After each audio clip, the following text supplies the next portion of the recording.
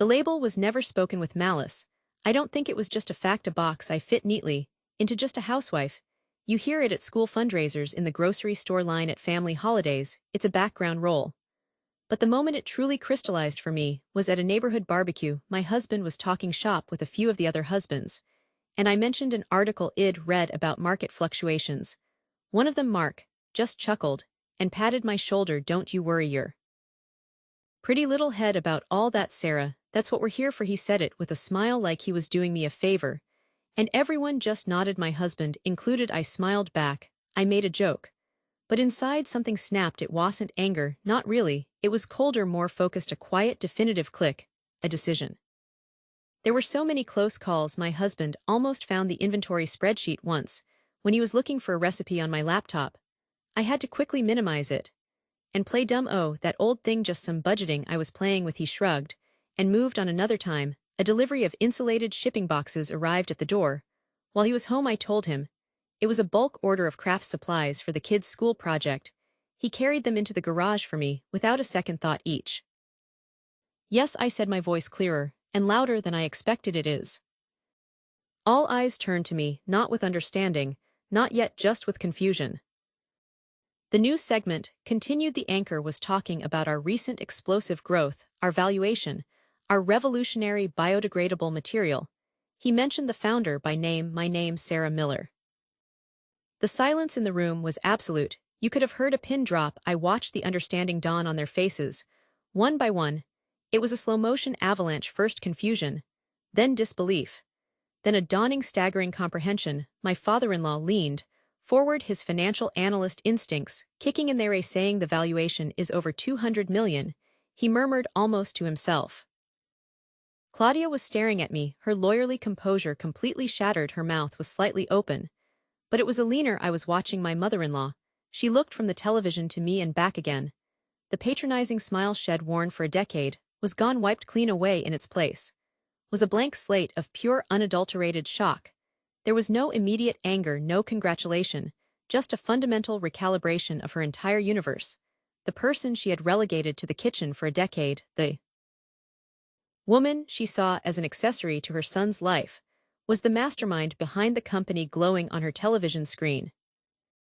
The critic was speechless. For the first time in all the years I'd known her, Alina had nothing to say. She just kept looking at me, and I could see the gears turning behind her eyes, reassessing every interaction, every dismissive comment, every pat on the hand. She was being forced, in the most public way imaginable, to confront a prejudice so deep she probably never even knew she had it. The fallout was immediate, but not explosive. It was quiet and seismic. The family hierarchy, that rigid structure I'd chafed against for so long, didn't just bend, it shattered. In the weeks and months that followed, everything changed. My father-in-law started calling me to ask for my opinion on market trends. Claudia, after a period of awkwardness, began treating me as a peer, even asking for advice on managing her own teams. The conversations at family gatherings were different. They included me now not as an afterthought, but as a central voice. The questions were directed at me. "Sarah, how did you negotiate that deal? What's your expansion strategy?" The most profound change was with Alina. It was slow and cautious. There was no grand apology, no dramatic admission of fault. That wasn't her style. But the judgment was gone, the condescension vanished. She started to look at me with something that resembled, of all things, respect. She'd ask careful questions about my work, and I could tell she was genuinely trying to understand. The power dynamic had permanently shifted. I had earned my place not through marriage or by fitting into their mold, but on my own terms. Near discovery sent a jolt of adrenaline through me, a mix of fear and a strange, thrilling sense of defiance. The emotional toll was heavy. The exhaustion was bone-deep. I'd lie in bed at night, my mind racing with to-do lists, while my body ached for sleep. The solitude was the hardest part, having no one to share the small victories with. The first $100 day, the first repeat customer, the doubt would creep in during those quiet, tired moments. Was this just a silly fantasy? Was I wasting my time? Through my own relentless work. The lesson wasn't just about proving them wrong.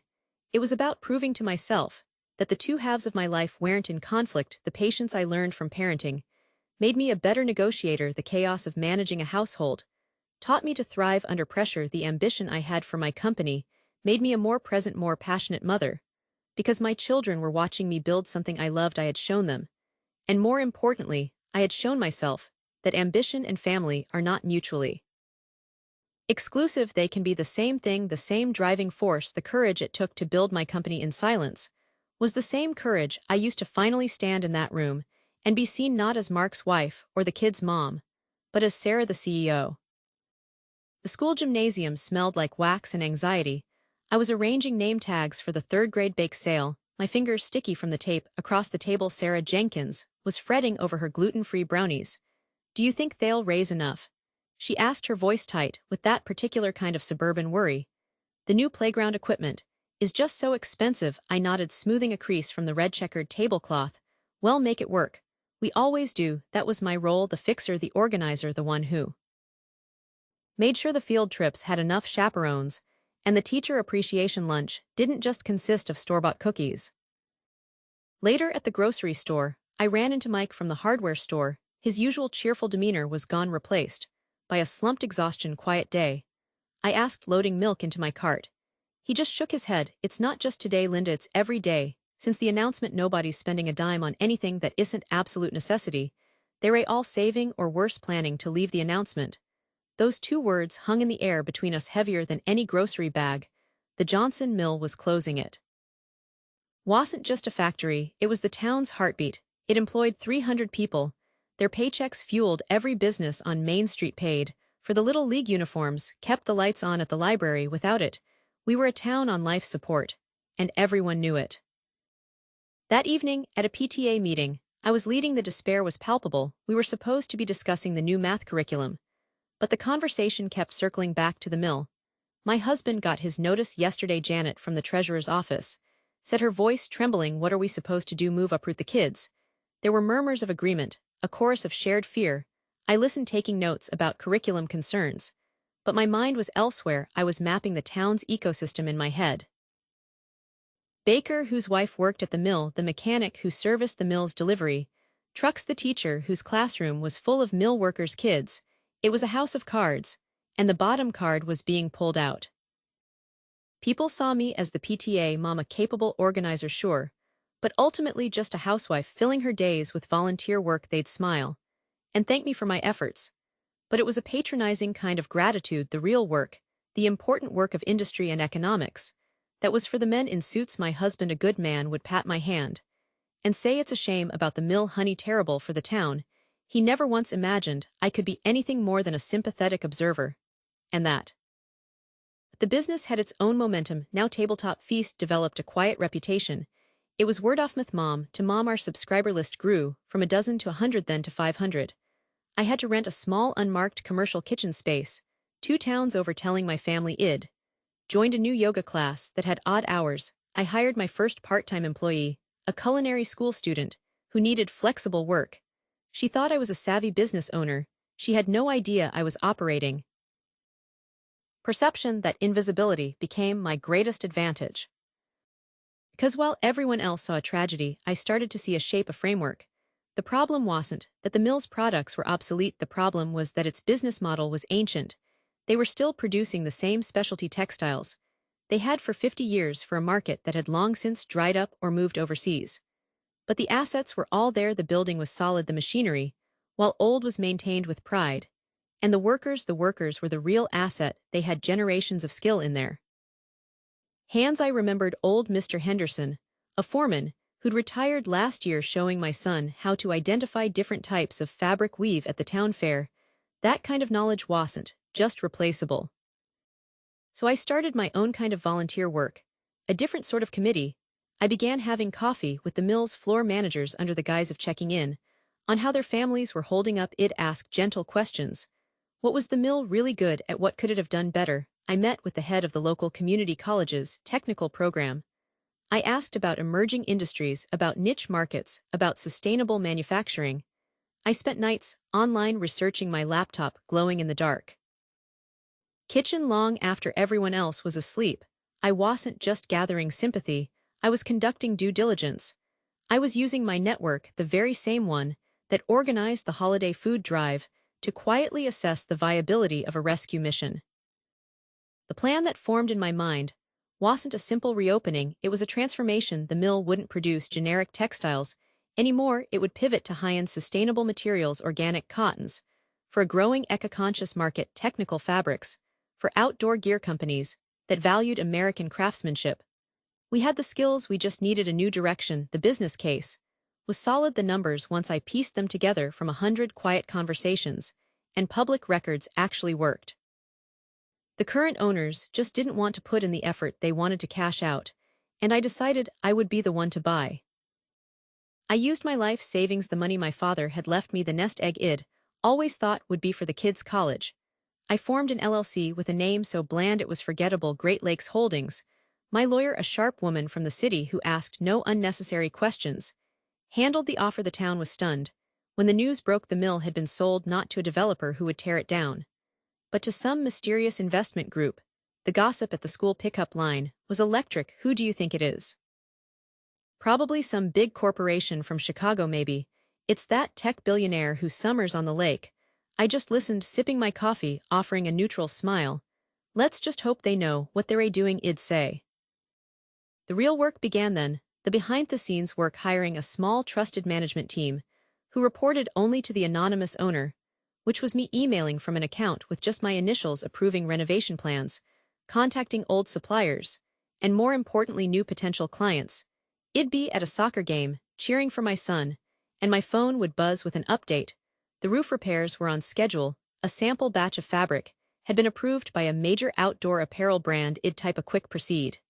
And double life, the business became a real entity with its own rhythms and demands, and my secret world kept expanding, a parallel universe existing alongside my domestic one. Go back to passing out orange slices, my hands smelling of citrus instead of ink. The change in the town was slow, then all at once first the construction crews arrived, and the sound of hammers and saws replaced the sound of silence. Then job postings started appearing at the grocery store bulletin board right next to the lost dog flyers. You could feel the mood lift, the tension in the air, that constant low-grade hum of fear began to dissipate. Mike at the hardware store started smiling again. He was selling lumber and paint, not to people who were leaving, but to people who were staying. People talked about the miracle of the mill. They blessed the mysterious benefactor, this unseen savior. I heard it all at the pharmacy, at the bank, at yet another PTA meeting. They'd look at me and say, "Isn't it wonderful, Linda? Such a blessing for the town," and I'd just nod, "It really is." The day of the grand reopening was unseasonably warm. The whole town seemed to be gathered in the parking lot of the mill, which we'd renamed Riverbend Textile Innovations. There were balloons, a brass band from the high school, a sense of palpable excitement that felt like a holiday. The mayor was there, beaming, standing next to a podium with a microphone. I stood with my family in the crowd, my husband's arm around my shoulder. "Quite a day," he whispered. "I just wish we knew who to thank." The mayor gave a speech full of gratitude and civic pride. He talked about the town's resilience. Then he said the words the whole town had been waiting to hear. "And now it is my great honor to introduce the person whose vision and courage made this day possible, the owner of Riverbend Textile Innovations." He paused for dramatic effect, scanning the crowd. People looked around, expecting to see a stranger step forward, a slick businessman in a suit. "She's one of our own," the mayor continued, "a pillar of this community in ways we never fully appreciated." And then he said my name, Linda. The silence was absolute. You could hear the flags snapping in the breeze. Every head turned toward me. The look on my husband's face was one of pure uncomprehending shock. My children stared up at me, their eyes wide. I felt 1,000 pairs of eyes on me, a wave of disbelief. I took a deep breath, kissed my husband's cheek, and walked through the crowd that parted for me. The walk to the podium felt like a mile. I reached the podium, my hands steady despite the tremor in my heart. I looked out at the sea of faces, people I'd known for 20 years, Sarah from the bake sale, Mike from the hardware store, Janet from the PTA, whose husband was now back at work. Inside that very building, I leaned into the microphone. "You all know me," I began, my voice clear and surprisingly calm. "You know me as the woman who nags you about volunteer slots and remembers who's allergic to peanuts for the class party. You've seen me as a mom, a neighbor, a friend, but a leader, a business owner." I paused, letting the question hang in the air. I saw what everyone else saw, a town we loved facing an ending. But I also saw a beginning. I saw the skills in your hands, the pride in this place. And I saw a different path. This wasn't about being a hero. It was about seeing the obvious truth that was right in front of us all along. The strength of this town was never in one building or one company. It was always in us, in our ability to adapt, to care for one another, to build something new from something old. The revelation happened on a Saturday afternoon. We were at the mall, the whole family. We walked past a high-end kitchenware store, the kind with gleaming copper pots in the window, and there, displayed prominently on a shelf, next to a top-off-the-line blender, was a tabletop feast meal kit. It was part of a new retail partnership I'd just finalized. I had kept it quiet, of course. It was supposed to launch next week. Seeing the box, my company's logo, in that bright store window was a surreal shock. I looked over at my family, my children's faces now shining with a new kind of pride. Leadership doesn't always wear a suit and tie. Sometimes it wears jeans and a t-shirt and carries a clipboard for a school fundraiser. Sometimes it's the quiet person listening in the corner, connecting the dots that everyone else is too busy or too loud to see. I didn't do this from a boardroom. I did it from my kitchen table, between packing lunches and helping with homework. I did it because this is my home. You are my community, and saving it wasn't a choice. It was the only thing that made sense. I stepped back from the microphone for a second. There was silence, and then the applause started. It wasn't just polite clapping. It was a roar. It was a release of all the fear and anxiety of the past year, transformed into pure, unadulterated hope. People were cheering, crying, hugging each other. As I walked back to my family, hands reached out to touch my arm, to pat my back, not in congratulation, but in recognition. The reveal wasn't about claiming credit. It was about delivering a message that the power to change things, to build things, to save things, doesn't always come from where you expect. Often it's been there all along, quietly waiting in the one person everyone underestimated. It was about showing my daughter, and every other young girl in that town, that a mother's love can be a fierce and powerful engine for change, and that the title of just a housewife can hide a multitude of strengths, if only you're brave enough to look beneath the surface. The noise was always the same: the hum of the dishwasher finishing its cycle, the soft thud of the laundry machine shifting from wash to rinse. It was 3 in the morning. The house was finally completely quiet, and I was sitting at the kitchen table, my laptop glowing, the only real light in the room. The problem was so simple, so stupid. It was the school forms, the permission slips, the medical releases, the endless repetitive typing of the same information over and over again. My name, my address, my phone number, my emergency contacts, for my son, for my daughter, for every field trip, for every after-school club. I had a folder, a physical paper folder, bursting with these things. And I'd sit there night after night, filling them out, my hand cramping, thinking there has to be a better way. This is the digital age. Why am I doing this by hand? I'd mention it to other parents at school pickup. They'd all groan in agreement. Yeah, it's a pain, just part of being a mom, I guess. But I couldn't let it go. It was this little knot of frustration right in the center of my chest. I wasn't a tech person. I used a computer for email and for looking up recipes. But this idea, it started as a whisper. What if there was an app? What if you could just store all that information once, and with one tap, it would populate any form, any document? So I started late at night after the kids were asleep, and the house was clean. I found these online courses, free ones at first. I'd sit there with my cheap headphones on, listening to some young guy explain what a variable was, what a function did. The language was so foreign, for loops, conditional statements. It felt like learning a new language from scratch. My first programs were pathetic little text-based things that would ask for your name and then print it back to you. But the moment I got one to work, it was like a light switched on, this tiny spark of creation. I built a digital calculator for doubling a recipe. It was clunky, but it worked. My daughter saw it first. Mom, look, that's the same box that's always in the garage. My husband turned curious. He squinted at the display. I saw the recognition dawn on his face. Slow and confused, he read the logo aloud: Tabletop Feast. He looked at me, then back at the box. Isn't that the little meal service you use sometimes? I just stood there, my heart hammering against my ribs. This was at the moment the two worlds collided. The prototype for the app, I called it Formfill, was born right there on my kitchen table. It wasn't pretty, the buttons were mismatched sizes, the font was terrible. But it worked. I'd type my name into a field, hit save, and then open a test form. And there, it was, my information autofilled. I remember the first time I showed it to my husband. He was kind, supportive, but I could see the look in his eyes. It was a nice little project, a hobby, something to keep my mind busy. But I knew it was more. I knew this solved a real problem, a problem that millions of people faced every single day. So, I started looking for the next step. I found a local tech, meetup innovators and entrepreneurs. It sounded so professional. I put on the nicest blazer I owned, the one I saved for parent-teacher conferences, and I went. Walking into that room was like stepping onto another planet. It was all men, young men, mostly in hoodies and sneakers. They were all holding these sleek phones, talking in a language of acronyms. I didn't understand APIs, SaaS scalability. I felt like I'd worn a costume to the wrong party. I tried to talk to people. I'd say I am developing an app, and they'd nod politely. Then I'd say it's for parents to help with school paperwork.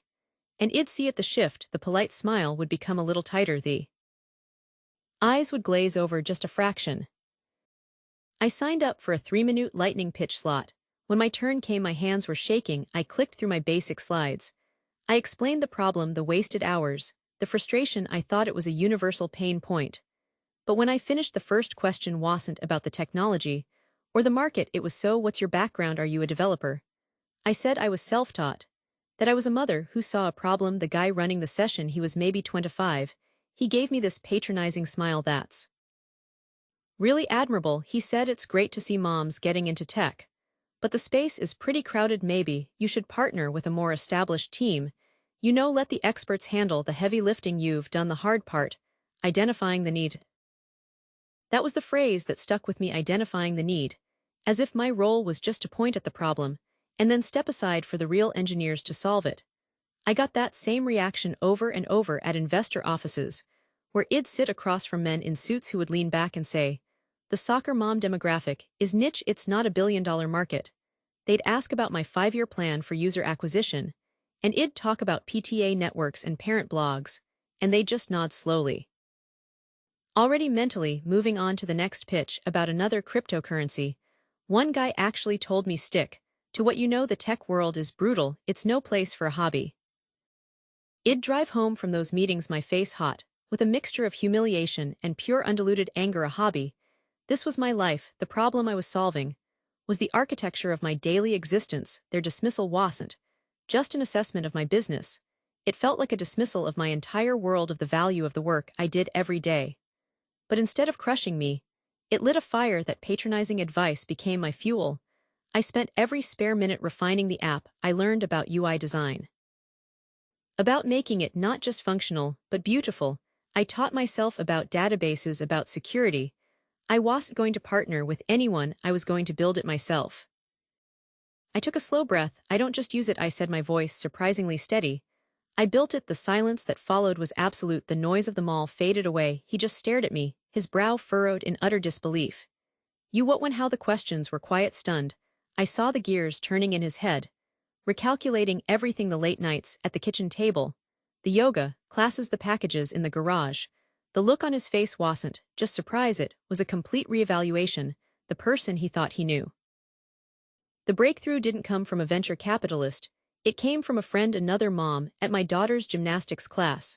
She was complaining right there in the bleachers about the stack of forms for the upcoming competition. I said tentatively, I might have something that could help. I showed her my app on my phone. Her eyes went wide. Can I try this seriously? I sent her a test version. A week later, my phone started buzzing. It was emails, signups, dozens of them, then hundreds. She had shared it with the whole team's parents, and they had shared it with their friends. It spread through school districts, through sports leagues, like a virus, a good virus. The growth was entirely organic, driven by people who actually had the problem. They weren't tech investors, they were users. And they loved it. The feedback started pouring in. You've saved me hours, this is genius, why didn't anyone think of this before? That's when the calls started. The same venture capital firms that had shown me the door were suddenly emailing my inbox, asking for meetings. The tone was completely different now. I was MS Evans, not Sarah. They talked about virality and organic growth loops. They used the word disruptive. They sat across the table from me in the same offices. And now they were the ones doing the pitching me on why their firm was the right partner. It was a complete reversal. I remember looking at one of them, a man who had 6 months earlier told me my market was too niche. I said, it turns out there are a lot of soccer moms in the world, and we all have children, and those children go to school. He had the decency to look embarrassed. The company grew. We moved out of my kitchen. We hired real developers, brilliant people who respected the vision. I had built the app evolved from a simple form filler into a full family management platform. Calendars, expense, tracking, communication tools, the logo. A simple stylized F became recognizable. You'd see it on the phones of parents, at the supermarket, at the park. And then came the public recognition, a feature in a major tech magazine. They wanted to do a story on the unlikely founder. The journalist who interviewed me was great, she asked smart questions. But when the article came out, the headline was From PTA to IPO, the soccer mom who conquered Silicon Valley. There was a whole paragraph about my charming initial prototype. Built between packing lunches, they framed it as this cute, surprising Cinderella story. The irony is so thick you could cut it with a knife. The same people who laughed, who told me to stick to what I knew, now fill my LinkedIn inbox. They want advisory roles. They want jobs. They invite me to speak on panels about innovation. And I stand at that podium, looking out at a sea of faces, many of them young men who remind me of the ones at that first meetup.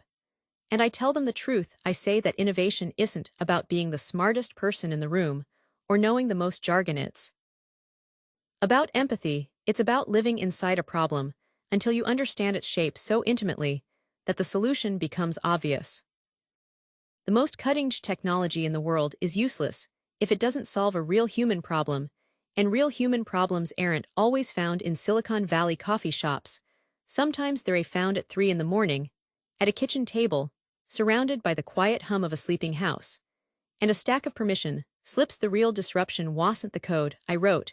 It was the perspective I brought. The tech industry is obsessed with the future, but they often forget about the present, about the mundane, complicated, beautiful mess of everyday life. That's where the real opportunities are hiding, not in chasing the next big thing, but in finally fixing the things that have been broken for far too long, had just been replaced by someone entirely new. It was never just a hobby. People called it that. Sure, my husband, my friends, even my own mother. They'd see me setting up my easel in the corner of the garage, next to the lawnmower and the holiday decorations. And they'd give me this gentle, patronizing smile. "Oh, are you off to your little hobby?" they'd ask, as if it was the same as knitting a scarf or building a birdhouse, something to pass the time, a cute diversion. But for me, it was my sanctuary, that garage corner with its concrete floor smelling of oil and cut grass. That was my studio. It was the one place where I wasn't a wife or a mother or a homemaker. I was just me, the person I was before all those titles. I'd put on some music, old records, mostly stuff that reminded me of being young and reckless. The world outside would just fade away. The laundry pile, the grocery list, the carpool schedule, none of it existed in there.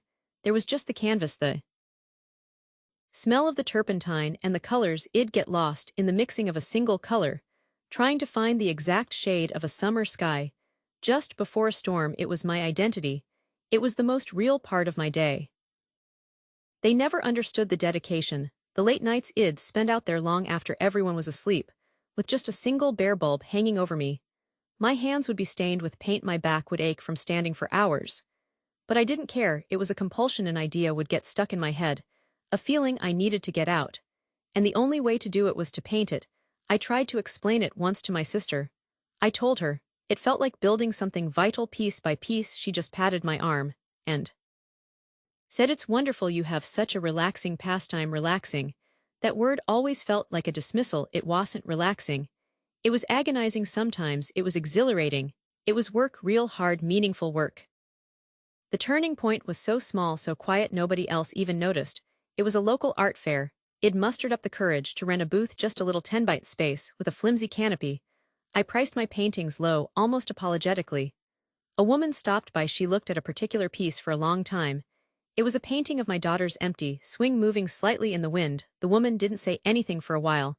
Then she just pointed at it and said, "I'll take that one." She paid me in cash, $200. I held that money in my hand, and it felt different from grocery money or gas money. It was validation. It was a signal. It was the first time someone had looked at something. I made something that came from a deep private place inside me, and assigned a value to it, a real monetary value. That was the moment the idea flickered to life. Maybe this could be more. So I started to treat it like a business. That was the real shift. I stopped thinking of myself as a housewife who painted. I started thinking of myself as an artist who ran a business. I created a brand. I spent weeks just working on a name. It couldn't be cutesy. It had to be strong. I settled on Verdant Studio, Verdant for green, for growth, for life. I designed a simple, clean logo. I bought a proper domain name. I learned about SEO, about social media marketing, about building an email list. It was a completely different kind of creation, but it was just as meticulous as mixing paints. I was building a foundation. The growth was slow. It was a grind. I'd pack up my paintings and drive to craft fairs all over the state. I'd stand on my feet for 12 hours talking to people, explaining my process. I sold prints alongside the originals. The online store started to get a trickle of orders. Then a steady stream. I was still doing all the domestic things, the cooking and the cleaning. But now I was also managing inventory, packing shipments, tracking expenses. I was exhausted.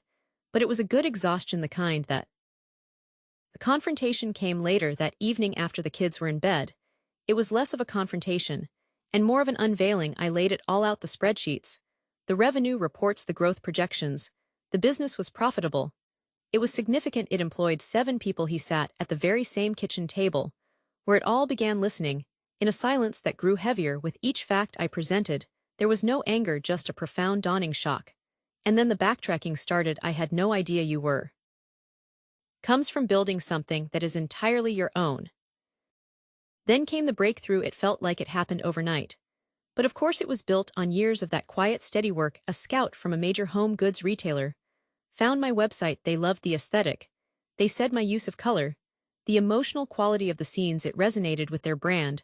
They wanted to license a collection, my art, on throw pillows, on ceramic mugs, on wall canvases. It was a contract that had more zeros on it than I'd ever seen in my life. The moment I'll never forget was walking into one of their stores a few months later. There was a whole section dedicated to the Verdant Studio collection.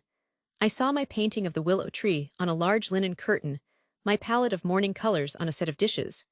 And right there in the middle of it, all was my logo, my name on a tag in a national store. I just stood there frozen. People were browsing, picking up the mugs, feeling the fabric. They had no idea that the artist was standing right behind them. Trying not to cry, it was surreal. It was a triumph. And then the media calls started. The overnight success story. They called it from garage studio to national brand. They'd interview me, always asking the same question: how does it feel to have your hobby take off like this? And I'd have to gently correct them every single time. It was never a hobby, I'd say, it was always my work. The confrontations were interesting. My husband was the first. He'd been supportive in his way. But it was always a tolerant support, the kind where he'd say, as long as it makes you happy, dear. When the licensing deal came through, his expression was pure confusion, like he was trying to solve a difficult math problem. He said, I just never thought it would amount to this. There was no malice in it, just a genuine, bewildered surprise that was almost more revealing than anger would have been. He truly had never seen it as a real possibility. My friends from the neighborhood book club were different. They invited me to lunch, and the tone had shifted. It was no longer tell us about your little paintings.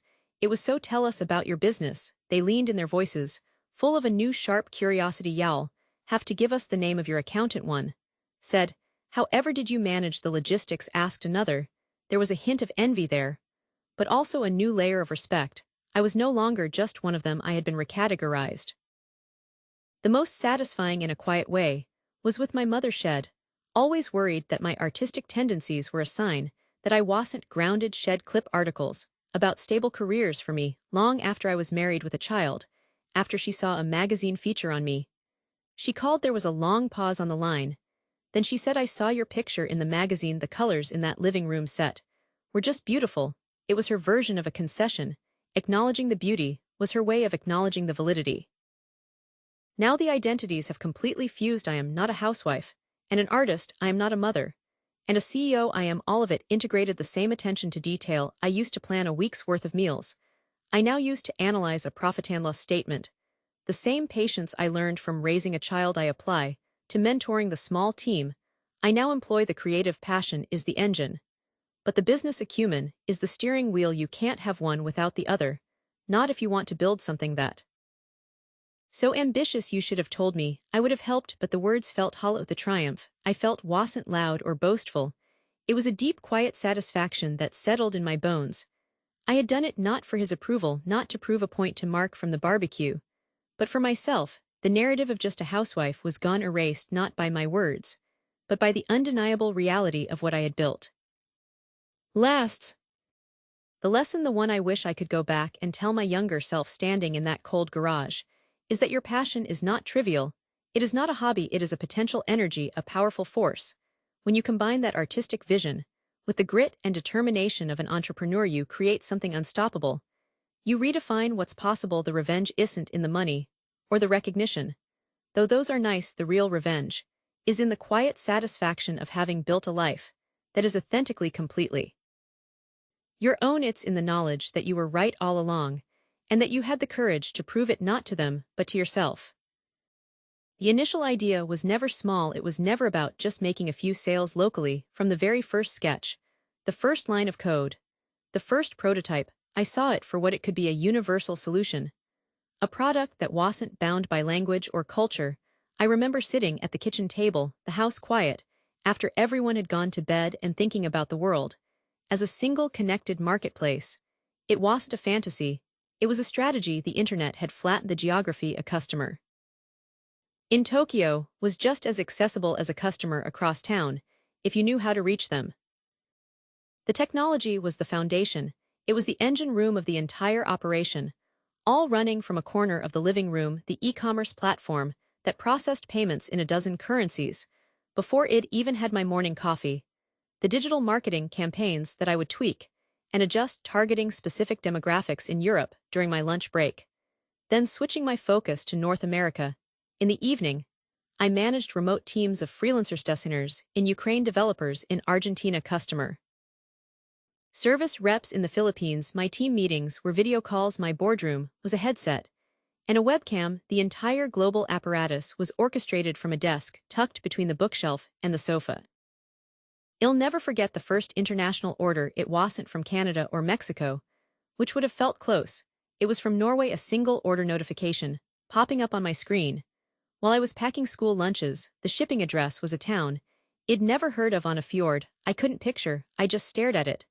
That was the moment the concept became real. The borders just vanished. The business had truly escaped any physical limitation. The entire world was now the potential market. And my reach was infinite, all emanating from this one quiet house. Managing a global supply chain is a complex dance. You have manufacturers in one country shipping logistics through another, warehousing in a third.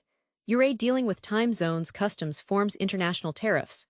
And I was doing all of it. I'd be on the phone with a factory manager in China discussing production delays, while simultaneously helping with a spelling worksheet. I'd be negotiating freight rates with a shipping magnate in Rotterdam, then pause the call to answer the door for a package delivery. I didn't say a word. I didn't declare my intentions that night. After the kids were in bed and the house was quiet, I sat at the kitchen table with a blank notebook.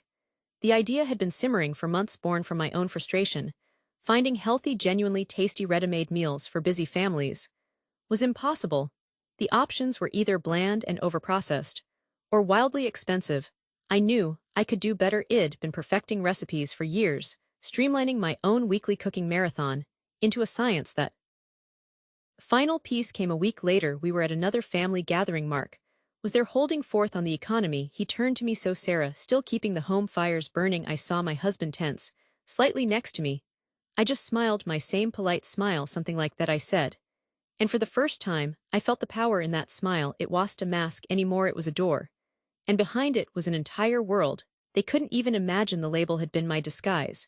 And now it was my shield. I had international clients, the big distributors. They had no idea they'd call for a serious discussion about quarterly forecasts and marketing budgets. And in the background, if they listened closely, they might hear the faint sound of a cartoon from the other room. I became an expert at muting the line for a moment of domestic chaos.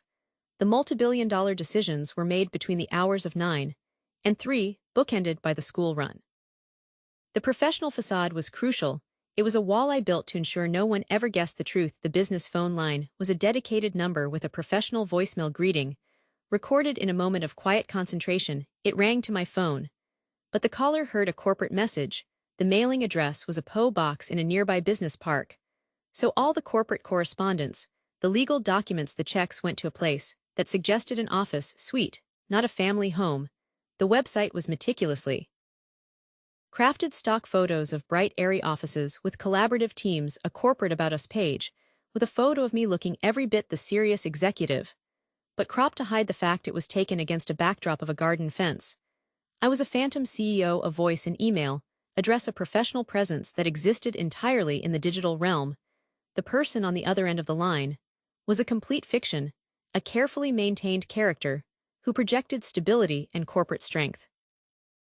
The disconnect was the most surreal part of my day. 1 minute I'd be finalizing a 7-figure deal with a retail chain in Germany, my language precise, my tone authoritative. I'd hang up the phone, and the very next minute I'd be wiping up spilled juice from the floor. I'd switch from discussing international intellectual property law to mediating an argument over a toy. My reality was a constant dizzying juxtaposition. The perception of my corporate identity was one of power, of sitting in a glass-walled corner office high above a city. The reality was a power of a different kind. Rooted in the chaos and love of a home, I was living two separate lives, and the barrier between them was this thin, carefully constructed digital. It was a local business journalist, I think someone doing a piece on successful companies based in our area. They were probably expecting to profile a tech startup in a renovated warehouse downtown, or a biotech firm in the research park. They started digging into the corporate registrations. The business licenses, our official address, was the P.O. box, but deeper records, maybe property tax filings, or something linked to a business license, eventually pointed to this address, a residential address. They must have thought it was a mistake at first, a clerical error, but then they kept digging. I remember the day it started. A car I didn't recognize parked a little way down the street. Then an email, a polite inquiry from a reporter asking for clarification on the company's physical headquarters. They mentioned my home address. My heart just dropped. The secret was out. The wall had been breached. I didn't respond immediately. I needed to think. For years I had protected this duality. I had feared that the revelation would undermine the brand's credibility, that clients would feel cheated, that partners would question our stability. How could a global enterprise be run from a suburban house? It seemed to defy every convention of business. The decision wasn't easy. Do I try to contain it, issue a denial, create a shell company, and try to rebuild the wall higher? Or do I finally, after all this time, let the truth come out? I looked around the house at the drawings stuck to the refrigerator right next to the flowchart for the new product launch, at the worn spot on the carpet where my chair rolled back and forth from the desk. This wasn't a shameful secret. This was the engine of our success, the agility, the lack of overhead, the sheer passion that came. Built my boardroom table right beside my kitchen table, and no one had even noticed until the empire was already standing. From building something you truly believed in right where you lived, I decided to go public, to tear down the facade myself. I called the journalist back and invited them over. The media frenzy was instantaneous. The story was too perfect. The global CEO, who was also a Hanson parent, the international brand run from a home office. It was a complete inversion of the traditional corporate narrative. News outlets picked it up. They loved the contrast. The photos they used were so telling. One shot of me on a video call with a manufacturing partner in Italy, and another shot of me in the backyard, pushing a swing. The headlines were all about shattering stereotypes. They called me the CEO in slippers, the suburban mogul. The traditional image of power was instantly challenged. What is a powerful CEO supposed to look like? A man in a suit in a skyscraper? That image felt outdated, almost archaic. My story proved that vision and execution were the new currencies of power.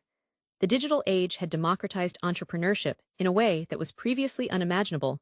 The tools to build an empire were available to anyone with an internet connection. A good idea, and the relentless drive to see it through. The office tower was no longer a prerequisite for global influence. Influence could radiate from anywhere.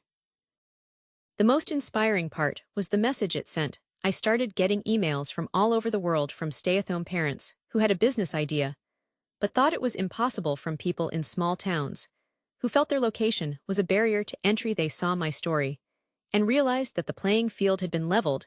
It wasn't about where you were, but what you could do. The scale of the achievement was measured not in square footage of office space, but in the audacity of the vision. The truth was, running a global enterprise from a home office wasn't a limitation, it was our greatest advantage. It kept us lean, agile, and deeply connected to the core of why we started in the first place. The heart of the business was here in this home, not in some sterile office building. And finally, the world knew it. Noise in the kitchen was always the same: the clatter of breakfast dishes, the low hum of the news on the television, the rustle of the newspaper. It was the soundtrack of my mornings for 15 years. And every month around the same time, there was another sound: the sound of me clearing my throat, trying to find the right words. Mark, I think we need a bit more for groceries this week. The prices have gone up again. Or the kids need new shoes for school. It was never a conversation, it was a request, a small, quiet petition. He'd look up from his paper, nod, and pull out his wallet. He never said no. But he never asked any questions either. It was just a transaction, a necessary one in his eyes. To keep the household running, the money he earned out there in the real world would filter down to cover the costs of my world. The domestic one, my labor, the cooking, the cleaning, the scheduling, the emotional work of holding this family together. It was economically invisible. It didn't have a line item on a balance sheet, it was just expected, the foundation of the house. But no one ever praises the foundation, they just expect it to hold. I remember once a few years ago, we were at a party. One of Mark's colleagues asked me what I did. I said I managed the home. He smiled politely and said, "Ah, the most important job," but his eyes glazed over, and he immediately turned back to a conversation about quarterly reports and market shares. I was left standing there holding my drink, feeling like a ghost, a necessary ghost. But a ghost nonetheless. That was the societal perception. Unpaid domestic labor was a nice idea, a sentimental notion. But it wasn't a contribution in the way a paycheck was. It was a non-contribution to the real economy. That feeling, that invisibility, started to curdle inside me. It wasn't anger, not at first. It was a slow-burning ember of ambition, a desire for autonomy. I didn't just want an allowance, I wanted the power to control my own economic destiny. I wanted to look at a price tag and not immediately do a mental calculation of whether I could justify it to someone else. The seed was planted. I needed to build something of my own. The idea didn't come from a flash of genius, it came from sheer frustration. My son had terrible allergies, and the commercial laundry detergents we used just made his skin worse. I'd spent years experimenting, making my own small batches of hypoallergenic scent-free soap. It was a solution born from necessity. Friends would come over, comment on how soft our towels were, how they had no reaction to our linens. They'd ask for my recipe, I'd give it to them, freely. Then one day one of them said, "You should." Was the foundation, that was the need. And right there, under the warm glow of the kitchen pendant light, I made a silent vow.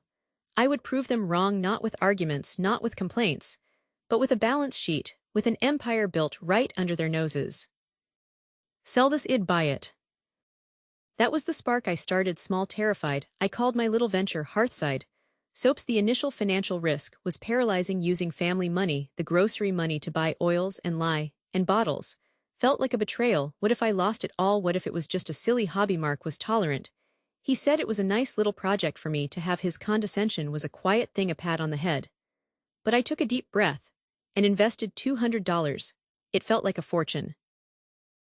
The day my first online order came through, I was alone in the house. The notification chimed on my phone, a sale to a complete stranger in another state. I sat down at the kitchen table, my hands shaking. I processed the payment, printed the label. That first revenue, that $35, was more than just money, it was validation. It was a voice in the darkness saying, "Your skill has value, your time has value, you have value." It was a profound psychological shift. I wasn't just making soap anymore, I was running a business. I poured every cent back into it. I worked late into the night, after the kids were in bed. After the house was quiet, the kitchen became my laboratory, the garage my warehouse. The business grew slowly at first. Then all at once, a mention in a popular blog about eco-friendly living caused a tidal wave of orders. I had to streamline. I had to scale. I opened a separate business bank account. I remember the feeling of that debit card in my hand. It was light, but it felt heavier than any card I'd ever held. It was mine. I kept it a secret. Mostly Mark knew I was still dabbling, as he called it, but he had no idea of the scale. The numbers in that business account started to climb. It was a game I played with myself. I wanted the revenue from Hearthside Soaps to surpass his monthly contribution to our household account. The day it happened, I was looking at the two statements side by side on my laptop. My business revenue was larger by a significant margin. I didn't say a word, I just closed the laptop and went about my day, but there was a new stillness inside me, a quiet, unshakable confidence. The financial freedom was intoxicating. I paid off my car. I started a college fund for the kids. In an account only I controlled, I could buy a new piece of furniture, a new appliance, without a discussion. It wasn't about the spending, it was about the choice, the autonomy. The power was in the silence, in the ability to act without permission. The tipping point came during a family dinner. My brother-in-law David was visiting. He's a finance guy, always has an opinion. We were talking about the market. And I mentioned, I was thinking of investing in some new solar panels. For the house. He chuckled. That's a big expense. Sarah, you sure? That's a wise use of Mark's capital. Right now the market's a bit volatile for speculative home improvements. The kitchen table became my command center. After the dinner dishes were cleared and wiped, my laptop and notebooks would come out. The quiet of the house between 10 p.m. and 2 a.m. was my most productive time. That's when I built the spreadsheets tracking every penny. The initial investment was my own secret stash money I'd saved from birthday gifts, from a small freelance editing gig I did years prior, from meticulously skimming a little from the grocery budget each week. It wasn't much, but it was. Mark started to say something, but I held up my hand. I looked at David, and I felt that same quiet stillness I'd felt when I saw the bank statements. This was the moment. It's not Mark's capital, David, I said, my voice calm. It's mine. He smirked. Oh, come on, it's all family money. No, I said, it's not. I opened my laptop, which was on the counter, and I pulled up the business account. I turned the screen toward him. The number on the screen was large enough to be undeniably serious, large enough to silence a finance guy. The room went quiet. David's face went through a series of transformations, first confusion, then disbelief. He leaned in, squinting at the screen, as if it were a trick, then a slow dawning of respect. Mark was just staring at me, his fork hovering in midair. He had no idea. What is this? David finally managed. That's Hearthside Soaps, I said, my business, the one you thought was a hobby. The shift in the room was palpable. The condescension evaporated, replaced by a new sharp attention. David started asking real questions about my profit margins, my customer acquisition cost, my plans for expansion. He was speaking to me in a language he understood, the only language he truly respected: numbers.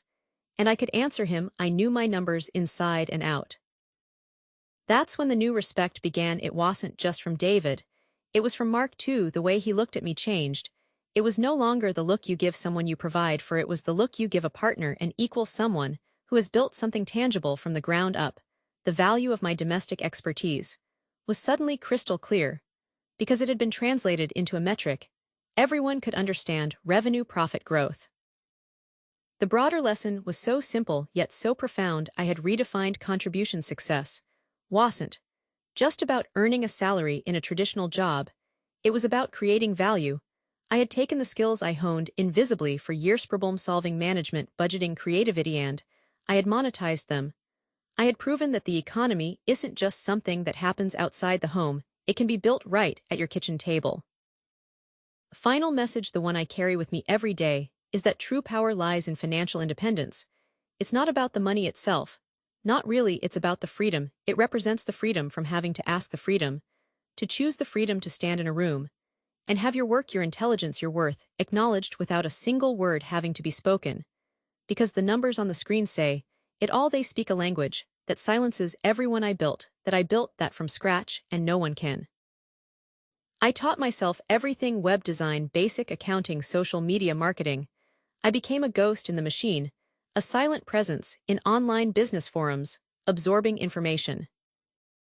Ever take that away from me or make me feel invisible ever again?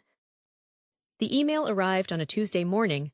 I was clearing the breakfast dishes, my hands still damp from the sink, when my phone lit up. The subject line was simple: Ure invited 10-year reunion. My heart did this little stutter step. I didn't need to open it. I knew a whole flood of memories came rushing back, not the good kind, not the kind you smile about. It was the feeling of being 17 again, standing in the guidance counselor's office. I can still see the pattern on his cheap tie, a bunch of little geometric shapes. I told him I wanted to apply to State University, maybe study business. He leaned back in his chair, and it creaked. He said, with your situation, don't you think that's a bit ambitious? You have to be practical now. My situation. He meant the positive pregnancy test tucked in my backpack. he meant the way my boyfriend had already stopped. Returning my texts, he meant that my life in his eyes was already over. The kids in my classes, they weren't much better. It was the whispers in the hallway that stopped when I walked by the way my lab partner in chemistry, asked to be reassigned like my bad luck. Was contagious the pitying looks from the teachers who used to call me promising the last few months of senior year. I felt like a ghost haunting my own life. I just drifted through the days, my growing belly. A constant reminder that I had been written off, my ambitions were treated like a joke, a naive fantasy that belonged to someone who hadn't messed up so badly. So when that invitation popped up on my screen, my first instinct was to delete it, to pretend I never saw it. Why would I willingly walk back into that? Why subject myself to all those same faces, all those same judgments a decade later? I could just stay home, I could tell people I was busy. But that night after I'd put my daughter to bed, I looked at her sleeping face, and I thought about the 10 years in between, the late nights, the failed ideas, the small successes that no one saw. I thought about everything I had built, not in spite of being a mother, but because of it. I made a decision right then. I wasn't going back as a victim, I was going back as a secret contender. I RSVP'd yes. The night of the reunion, I stood outside the hotel ballroom for a solid 5 minutes. I could hear the music, that generic pop mix they always play.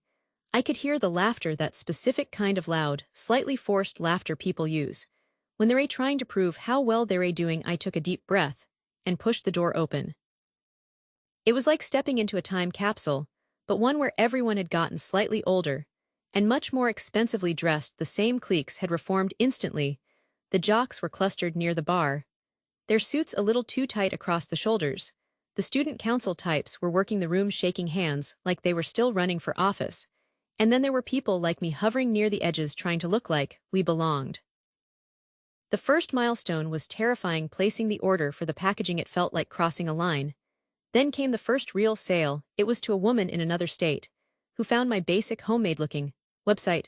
She ordered 3 meals. I remember packing that box with so much care, my hands trembling. I drove to the post office feeling like everyone could see my secret. But no one looked twice. I was just a mom running errands. That was the beauty of it. That was my camouflage. The business bank account was. I grabbed a drink I didn't really want and tried to find a spot where I could just observe. It didn't take long. Sarah Jennings found me. She was head cheerleader back then, and she still had that same perfectly manicured, slightly predatory smile. "Oh my God. It's you," she said, pulling me into a hug that felt more like an inspection. "Look at you. So what have you been up to all these years?" "Let me guess, still just a homemaker."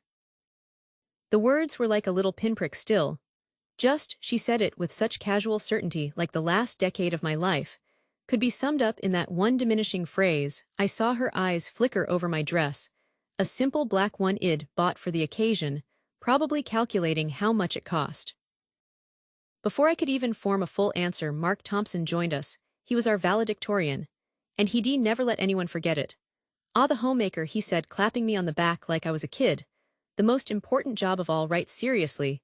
Though it's great that you found your calling, not everyone is cut out for the corporate grind." He launched into a story about his latest promotion, his voice dripping with a false modesty that was more boastful than any outright bragging could be. The pity in their eyes was so clear to them. I was a cautionary tale, the girl who peaked in high school whose life got small. I just nodded and smiled. I let the condescension wash over me. I didn't correct them. I didn't mention the business licenses, or the investor meetings, or the trade shows. I just let them assume. Because in that moment, their assumptions were my camouflage. I was invisible again, just like I was in high school. And for the first time that night, I felt a calm settle over me. Let them have their little moment. After about an hour of this, the event organizer, Mrs. Gable, our old history teacher, tapped on the microphone. "Hello, everyone, welcome, welcome. Isn't this wonderful?" The crowd quieted down a bit. "We have a very special part of the evening planned. Each reunion, we like to invite a distinguished alumnus to share a few words about their journey since graduation this year. We are incredibly fortunate to have someone who has truly embodied the spirit of entrepreneurship and community impact." People were looking around, trying to guess who it might be. I saw Sarah nudge Mark and nod toward a guy we all knew had become a moderately successful lawyer. He puffed out his chest a little. Mrs. Gable continued. "This individual started with a simple idea, a powerful belief In creating something that mattered, they built a company from the ground up, overcoming significant challenges, and have grown it into a nationally recognized brand in the sustainable home goods market. I am thrilled to introduce our keynote speaker, the founder and CEO of Verdant Home. A polite murmur went through the crowd. People were impressed. Verdant Home was a big deal. You could see them scanning the room, looking for someone who fit the bill, someone in a power suit, someone who looked the part. Mrs. Gable smiled, her eyes twinkling behind her glasses. She looked right at me. Through the crowd, please give a warm welcome to Emily Ross. Opened under a business name, id registered myself. Tabletop feast to the bank manager. I was just another small dream to me. It was the first brick laid. For a second there was absolute silence. You could have heard a pin drop. It was like the air had been sucked out of the room. Every single head turned in my direction. I saw Sarah's perfect smile freeze, and then shatter. I saw Mark's jaw actually go slack. I smoothed down my simple black dress, gave a small calm smile, and started walking toward the podium. The path to the front of the room felt miles long. I could feel hundreds of eyes on me, burning with a mixture of shock, confusion, and sheer disbelief. I heard a whispered her seriously from somewhere to my left. I didn't look. I just kept walking, my heels clicking on the parquet floor. The silence was so heavy it was almost a sound in itself. I reached the podium and adjusted the microphone. I looked out at the sea of faces, all of them frozen in various stages of astonishment. I took a moment, letting the reality of the situation sink in for everyone. Then I leaned in. "Good evening," I said, my voice clear and steady, cutting through the quiet. "I am the founder and CEO of Verdant Home." That's when the murmuring started. It was a low, buzzing hum of reassessment. I saw people's body language shift. Instantly, the people who had been leaning back, relaxed and condescending, were now sitting up straight. The ones who had barely acknowledged me were now staring, their expressions a frantic mix of curiosity and embarrassment. I began my speech. I didn't talk about market shares or revenue streams. Not at first. I talked about beginnings. I talked about sitting at my kitchen table, my daughter coloring beside me, and sketching out my first product idea on a napkin. I talked about the loneliness of those first years, the doubt that gnawed at me in the middle of the night. I talked about using my daughter's nap time to make sales calls, about packing orders in my garage until 2 in the morning. I spoke about how being a mother didn't limit my ambition, it fueled it. It gave me a reason to be relentless. It taught me to be efficient, to be resilient, to see the bigger picture. I challenged their narrow definition of success. I said that success isn't about a title on a business card or the size of your paycheck. It's about building something you believe in from the ground up. It's about creating a life that has meaning to you on your own terms. I looked directly at Sarah and Mark. People will often try to define you by their own limited expectations. They'll see a single mother and think they know her entire story. They'll see a homemaker and assume she has no other dreams. The most powerful thing you can do is to quietly, diligently prove them wrong. Don't waste your energy arguing with them. Just build your empire. Let your success be your argument. When I finished, there was a beat of silence, and then the room erupted into applause. It was louder and more genuine than any of the polite clapping that had come before it. People were on their feet. But I wasn't looking at the whole crowd anymore. I was watching the faces of the people who had dismissed me just an hour before.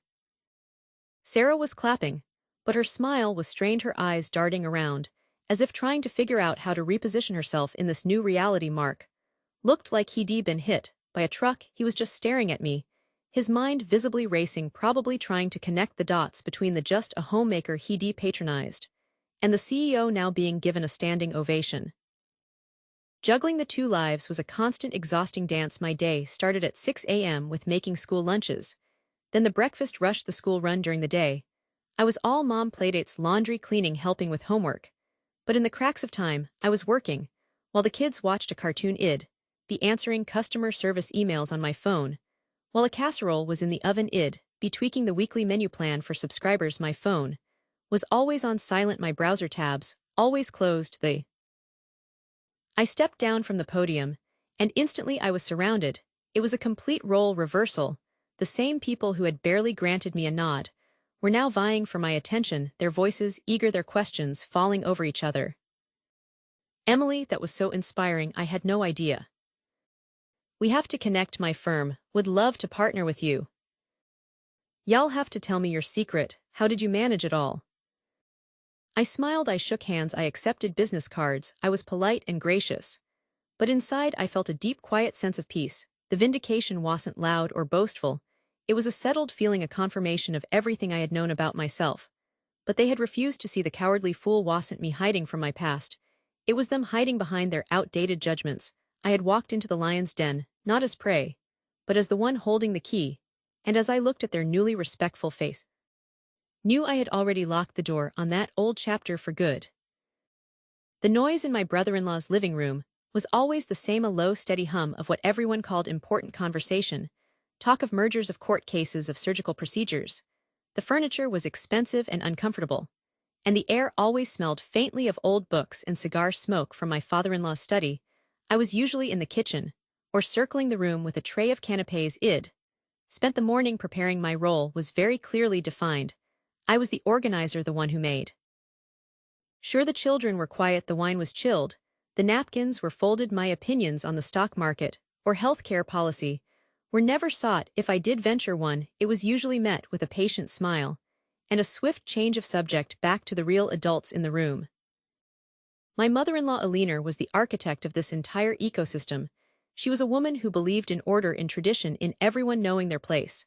And my place in her eyes was firmly alongside the children's shed, often pat my hand, and say things like, "We're just so glad Mark found someone so devoted to the home." It was never said with malice, which was the worst part. It was said with a kind of pitying certainty, as if my life's ambition had peaked at mastering a flawless béarnaise sauce. Shed, compare me to Mark's sister, Claudia, a partner at her law firm. Look at Claudia Shed, say managing a team of 50, and still finds time for spin class. The unspoken end of that sentence always hung in the air.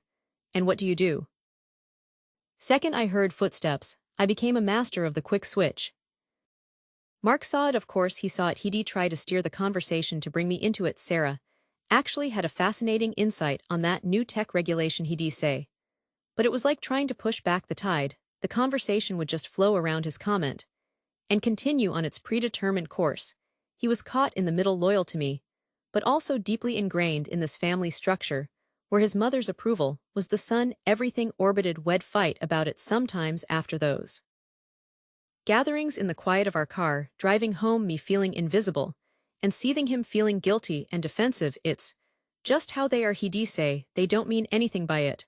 But they did. They meant everything by it. Every comment, every dismissive smile was a brick in a wall they'd built around me, a wall labeled just a housewife. What they didn't see, what they couldn't possibly have imagined, was the other life I was living while I was arranging cheese platters and soothing toddler tantrums. I was also running a company. Id founded Aura, Thread, a sustainable textile startup, from our spare bedroom, when our youngest was still napping twice a day. My office was the kitchen table. My conference calls were scheduled during nap time, and my most productive brainstorming sessions happened after 9 p.m. when the kids were finally asleep.